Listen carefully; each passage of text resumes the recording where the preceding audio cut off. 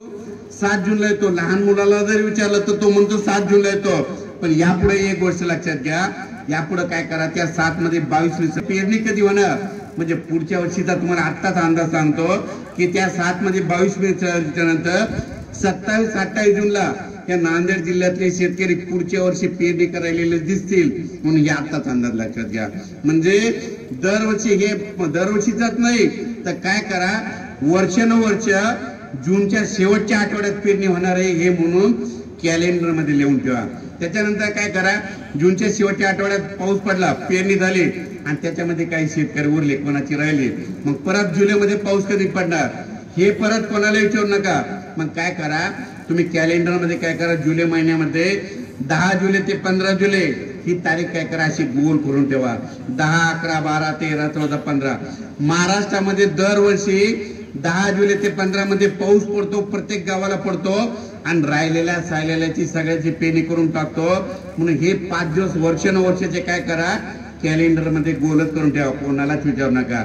या 5 दिवसाचा तुम्हाला वैशिष्ट्य सांगतो. तुम्ही बघा, दरवर्षी पंढरपूरची यात्रा कधी येते, कधी 7 जुलैला येते, कधी 8 जुलैला येते, कधी 9ला येते, कधी 10ला येते. मग आपले पूर्वज काय म्हणतात, पंढरपूरची यात्रा परतली की पाऊस येतो. मग ती तारीख कोणती, 10 जुलै ते 15 जुलै दरवर्षी पाऊस येतो.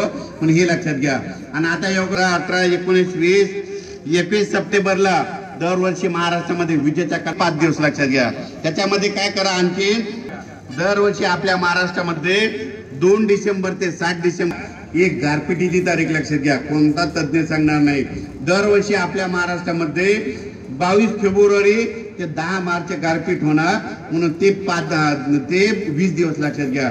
मग ही गारपीट कधी नांदेड जिल्ह्यात होईल, तर कधी परभणीकडे होईल, कधी साताराकडे होईल, कधी सांगलीकडे होईल.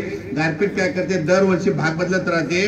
पण काय करा, नेमकं तुमचा हरभरा काढायला असतं, ज्वारी काढायला असते. मग गारपिटीचा टाइम कधी, लगेच कॅलेंडर मध्ये लिहून ठेवा, 22 फेब्रुवारी ते 10 मार्च महाराष्ट्रात गारपीट होणार, हे लक्षात घ्या.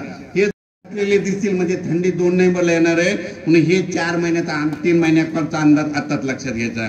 त्याच्यानंतर 2026 ला पाऊस कमी पडणार आहे, 27-28 ला मात्र खूप पडणार आहे, 2029 ला परत कमी पडणार आहे, 30-31 ला परत जास्त पडणार आहे, 2032 ला पुन्हा कमी पडणार आहे, 33-34 ला खूप पडणार आहे, 2035 ला परत कमी पडणार आहे, 36-37 ला जास्त पडणार आहे, 38 ला कमी पडणार आहे, 39-40 ला जास्त पडणार आहे, 2041 ला परत कमी पडणार आहे.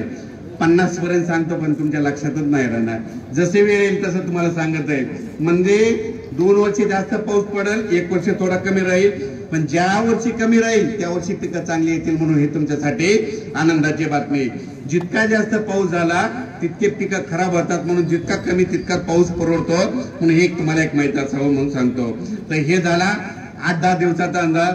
आता यापुढे तुम्हाला सांगतो, राष्ट्रवादी काँग्रेसचे ध्येय धोरण त्यापर्यंत पोहोचवण्याच्या दृष्टिकोनातून आपण सगळ्या कार्यकर्त्यांनी, सगळ्या पदाधिकाऱ्यांनी काम केलं पाहिजे.